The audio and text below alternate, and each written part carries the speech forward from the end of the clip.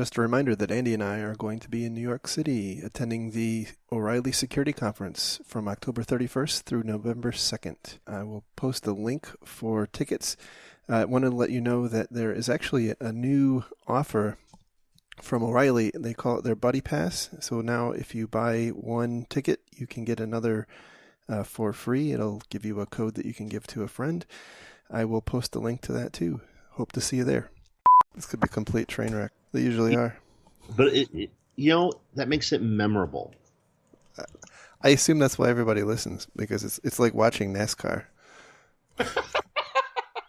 No. They listen for your astute observations and witty repartee.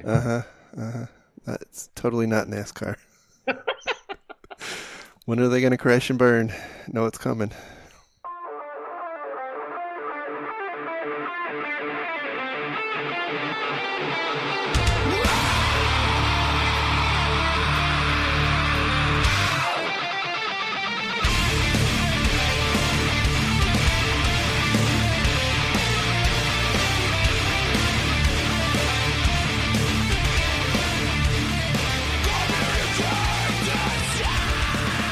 Go. Today is Friday, October 14th, 2016, and this is episode 173 of the Defensive Security Podcast. My name is Jerry Bell, and joining me tonight as the stunt lerg is Mr. Martin Fisher. How you doing? I'm doing extremely well, Jerry. I really appreciate the opportunity to try out for that replacement role, and I really hope to do well tonight. Well, we'll see how it goes, see how the your mom jokes come out. Well, I've solicited Twitter for some feedback, and it's amazing how many mom jokes and mom observations came to me via direct message. Most of them actually from Andy. Somehow I'm not surprised by this. So, actually, before we get started, do you want to say anything quickly about B-Sides Atlanta? Absolutely. B-Sides Atlanta, it's going to be November 12th at the Atlanta Tech Village. Unfortunately, all the general admission tickets are sold out. But what we're going to start doing probably about 2 weeks from the start date is I'll start reminding everybody who has a ticket that if you're not going to use it, please turn it back in so it can get recycled. So if you go to Eventbrite and search on B-Sides Atlanta, you will find the event. Just keep checking in. Or if you follow me on Twitter, I'm at Armor Guy. I will be tweeting out when I discover that there are tickets turned in, and then it'll be sort of like a mini ShmooCon thing. How fast can you get to Eventbrite and get those tickets? So it's a fantastic event. CFP is still open, I believe, and we would love to see you guys come down there on November 12th. Absolutely, I'm personally intending to be there, assuming I'm not in jail or something. I should be there. There are some U.S. Marshals around my place who have been asking about you, so good luck with it. Fair enough. So before we get into our stories for this evening, just a reminder that the thoughts and opinions we express in this show are ours and do not represent those of our employers. So we have a couple of good stories for this evening, and the first one comes from CNBC, and the title is British Banks Keep Cyber Attacks Under Wraps to Protect Image. And there's really no quantitative assessment of how common this is. But the point is that through some interviews, the story here is talking about how it's apparently pretty common for UK banks to not report cyber incidents to their regulator, the FCA, as they're allegedly required to. Now, it's by the way, not entirely surprising to me. My good friend Bob works for a larger company, and they experience breaches all the time. And there's a lot of assessment, and I suspect this is really common, and probably the thing that is coming through in this report here, that businesses are really taking an internal assessment to determine, are they obligated to notify someone? Is it likely to harm someone outside of the company? What's the pro and the con of notification to some external body? And in particular, the FCA, just given the way it's characterized in the article here, it sounds like it's almost voluntary, right? The regulator seems to be pleading with financial institutions to report breaches. So it's not very clear to me how much teeth the regulations have. But anyway, I think this is an interesting perspective, and we've talked a little bit about this on the show in the past. But point is, there's a whole lot more. As much as we talk about breaches, there's a whole lot more that happens that we never hear about. I'm with you, but I think the key thing to remember in this article is no one's alleging that any of these banks are violating the law. What I think you're getting at, and I think you touched on it, is that disclosure above what the law mandates is a business decision, and the business is going to take that very, very seriously. There's always going to be this tension between security folks who believe that, hey, you should disclose, we need to be transparent, and folks in senior leadership who are about protecting the brand. They're not wanting to create liability exposure, what have you. And those people in the C-suite, they're paid to make those decisions. And I think as security folks, our job is to present the best possible information we can to those folks, remind them of their actual obligations, and then follow what the leadership says we're going to do. I'm also on this article. I'm also kind of when you look at who they're interviewing, they're talking to folks, and it gets down to that whole thing of how many attacks happen, right? And they do. If you look at the numbers, it's sort of that traditional.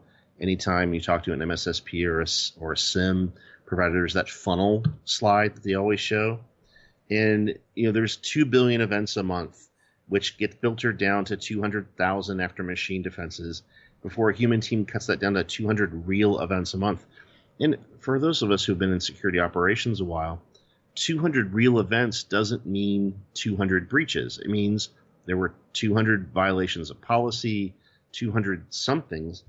Doesn't necessarily mean breach. And if you report these things, especially in the post Yahoo, or in my world in hospital land post Anthem, the minute you report it, even if it wasn't a breach, the assumption is it was a breach, and that's going to play heavily to what leadership helps, how they decide to report it or not. Yeah, it's on you to prove that it wasn't, I suppose, and then you end up in a position where you have to disclose things that you don't want to disclose. Absolutely, because we all know you can't prove the negative. Right. Prove to me you weren't hacked. Right. And they do point out that this could, for instance, go into a crazy area like do you have to report phishing attacks or ransomware attacks, and so I think there's a fine line here. Maybe it's not so fine, and I guess each company is navigating this on their own, hopefully with the advice and counsel of both competent security people and legal counsel. Absolutely. And if the true goal from society is, hey, we want to know more about the security events that are happening in companies, it's going to require regulation change. And boy, we all know how much we in security love regulation change. Oh my goodness, don't we? Don't we ever? Especially here in the U.S., we love regulations. Ooh. Yeah. Without them, you and I wouldn't have jobs. That's a good point. Good point. And that kind of dovetails into our second story, which comes from Lexology.com. And the title here is UK ICO issues largest ever fine for data breach. Just for those who are not aware, the ICO is the Information Commissioner's Office in the UK. They are responsible for enforcing the UK's data protection laws and regulations. And we talked about on this show, I guess it was probably last year sometime, the company TalkTalk had been hacked and lost about 160,000 customer records and about 15,000 bank records. So for payment information for their customers. And there's some information in here that we didn't have at the time, so I thought that was kind of interesting. They point out, the ICO points out that the method of attack was SQL injection on a couple of websites, or they say web pages, that apparently TalkTalk said they were unaware of. And ICO found that while TalkTalk wasn't intentional in its in negligence here, that the reality is the vulnerability that was exploited was patched in 2012, and this happened 3 years later. So fairly negligent. The thing that it points out to me, I mean, there's been a lot written about TalkTalk's leadership, right? But this is a common problem when companies are acquiring other companies. And I guess I neglected to mention that the websites that were hacked apparently were part of a recent acquisitions infrastructure.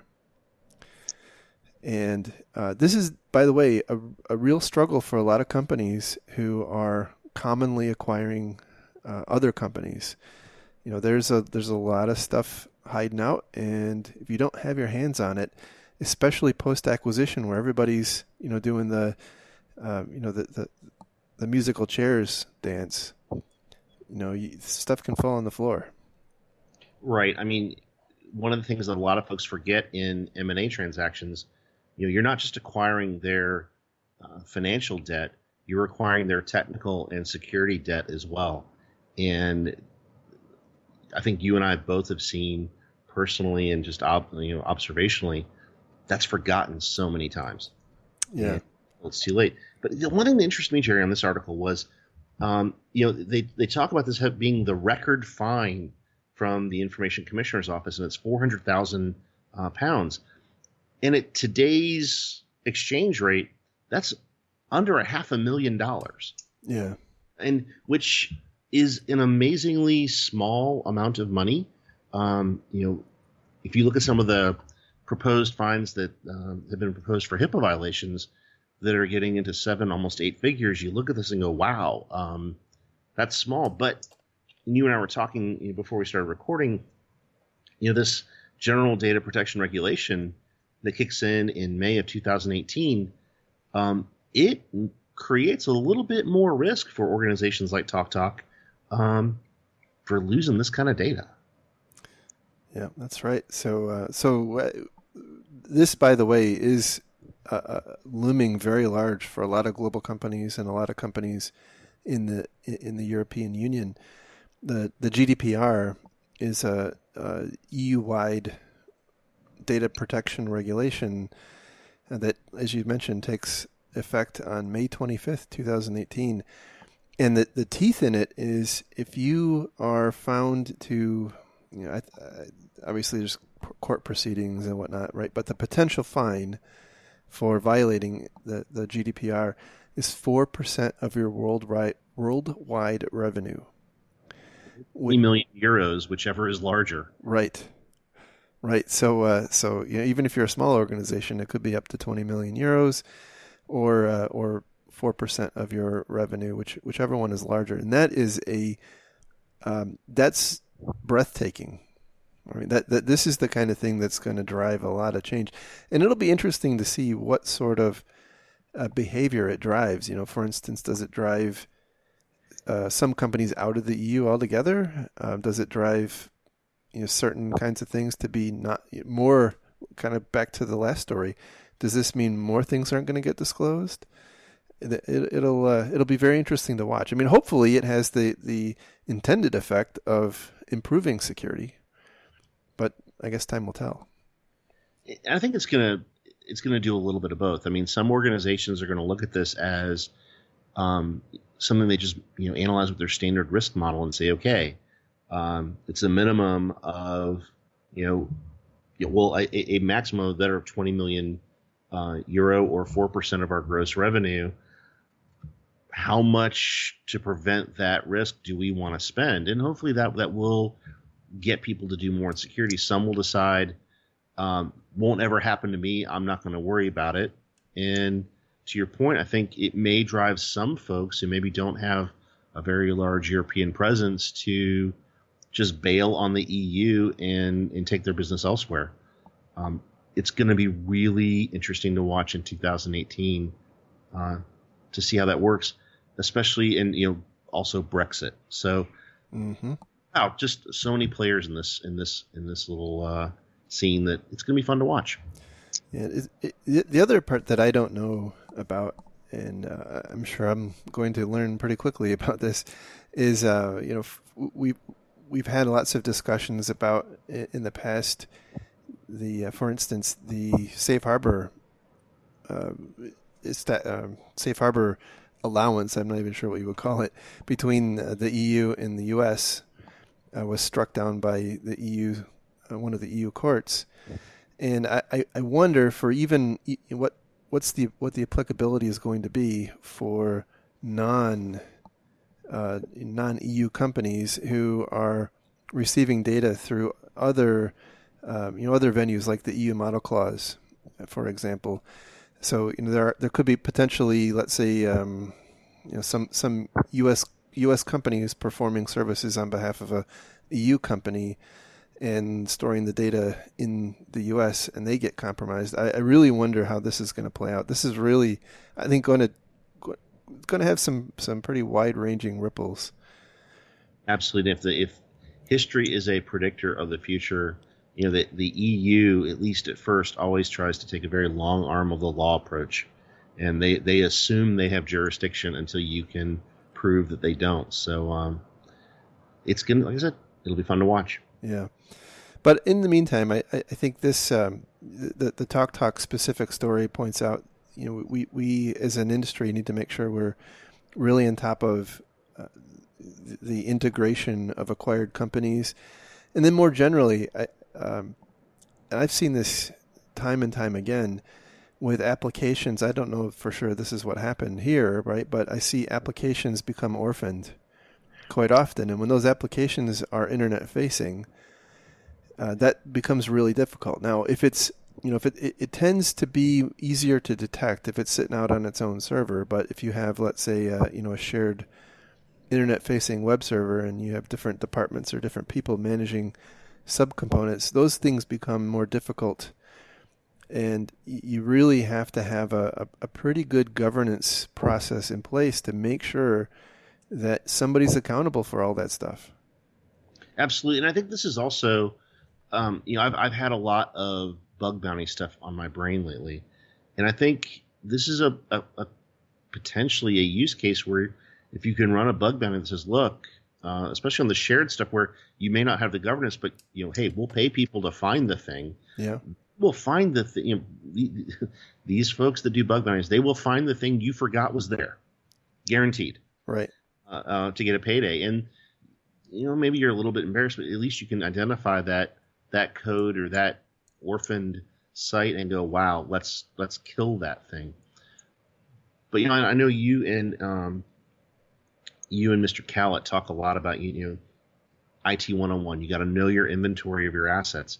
Those internet facing applications, you need to have as much control over them as you do your internal facing servers and all that.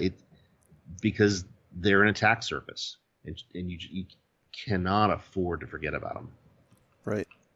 But it's difficult. It becomes an exercise in good management to keep your arms around that. And I don't think it's something that a lot of, let me say that differently, it's something that a lot of companies don't do well. I would agree. And it's because it requires a level of discipline across multiple silos inside of IT and shadow IT to do well. And I don't care who you are or where you are, that's hard. Right. So, I would encourage listeners and their organizations to think about if they don't have a good handle on this, here's a good example of how it can go wrong. And there's been a lot of previous examples that are similar. But I think one of the really key fundamental things. And by the way, inventory of applications is number one on the SANS top 20 list, or I guess it's the CSC top 20 list now, for a reason. And and here's a good example of why. So moving on to our last story. This one comes from the NIST, and I'm gonna take some hell because apparently I'm supposed to say NIST and not spell it out. Yeah, that's correct, sir. I was sort of yelling at my the radio in my car about that last episode. Yeah, I think I had about 40 emails and a bunch of tweets telling me that I really do not know what I'm talking about because I said NIST. They harass you because they love you. I can only assume. So the story, or the title on this story is Security Fatigue Can Cause Computer Users to Feel Hopeless and Act Recklessly, New Study Suggests. So the story here is that the NIST at NIST, sorry, it's gonna take a while, guys. The NIST had been working on a study of how I assume I haven't actually read the detailed study because you have to buy it, which is awesome. Anyway, evaluating, I suppose, how users are interacting with security controls, and what they discovered. Apparently, they weren't actually intending to study this aspect, but they discovered, and I think in retrospect, it's pretty intuitive, that people are they get fed up. They get, as they call it, security fatigue, and so again, as a student of behavioral economics and cognitive psychology, this is what's called depletion, right? So as you as you put a person under cognitive load, they become drained and they start making poor, less and less good decisions, and they fall back into often bad habits. And so the point of this study is, or at least one of the recommendations coming out of the study, is that you need to make sure that you have kind of good defaults. You limit the security choices that people need to make. One of the things that I wanted to bring up on this topic is that in this particular study, they're really focused on security controls, but our users and us ourselves live and work in the context of things that are much broader than just security controls. And so it isn't just security controls that deplete us. It's the very job that we're trying to do, right? And a great example that I always like to point out, we all want people to pick good passwords when it's time to change your password. However, for me at least, every time the damn password, it's time to change your password thing pops up, when you go to log back into your computer and you can't get past it, it's when I'm trying to do something, for my boss, and I have 15 minutes to do it. And, I think we all have this experience. So what does that drive us to do? It drives us to get past that control as fast as we can. And often it means we're going to pick a bad password, or at least not as good a password as we otherwise might have. And so the point is that even beyond what's in this study, my view is there's a bigger context of things that deplete us, right? Just the deadlines of our jobs and whatnot will also drive people to make bad security decisions. So, do you mind if I just rant for a moment? Have at it. So I don't have fancy words like depletion or cognitive to use like Jerry does. And Jerry's absolutely right, but I want to approach this from a different angle. And I think this is really a way, it's an indictment almost of the security services and security product industries. Every time we encounter someone who wants to add a service or a product into the enterprise mix, it's almost a point of pride that they tell you about this separate screen or this separate credential. And here's a new process, and here's the pop-up they're going to see, and here's the validation. And if you just look at it as a single thing, It makes perfect sense. It looks wonderful. We're getting a demonstration of the money that they want us to spend, and it's shiny and it's blinky and it makes us all feel warm and wonderful inside. The problem is we inflict that on our users through 20 or 30 different systems, which we generally bypass as security people because we aren't going to get hacked. We're smart and we're special, but those people over there, they have to be protected. They're fools and idiots. And what happens is we have them log in, provide multiple usernames and passwords to get in on the VPN. We have them answer challenge questions, and we make things so flippin' difficult that at some point they're going to just basically chuck this, you're making my life too hard.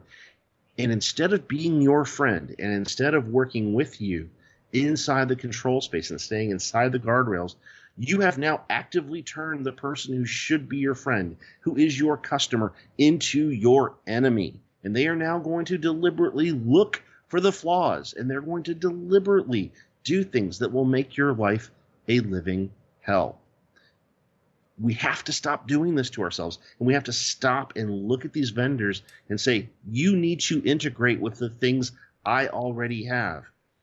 The best security control, the best thing you can do should be invisible to your customers until the exception happens, until they absolutely must interact with the control. That's the only time they should see it. And if we can engineer systems that are easier for people to use, that work with the flows of how they do their job, and we get out of their way, oh my gosh, things will be so much better. And people won't, drop their heads and sigh when we walk into a room to talk to them how we're going to help them with their project. I return the balance of my time to the host of the podcast. Well said. So what do you think that says about the the security awareness, the person is the first line of defense type of perspective? What do you think it says about that? I think security awareness works. I've been in a couple of organizations where we created effective security awareness programs. And in one case, we actually did as close to a scientific survey of before and after behaviors that we possibly could. Was it perfect? No. Fisher's going to fish and clicker's going to click. I get that. But that's not the point of it. The point of it is, are we at each stage along the way, and I refuse to say kill chain, but at each stage along the way, if we can knock a little bit of it away and reduce the number of times we have to roll IR and the number of times we have to nuke something from orbit and pave it over, that's success. That's the important thing. We have to embrace the vulnerabilities that are around us, mitigate, minimize, and respond to them.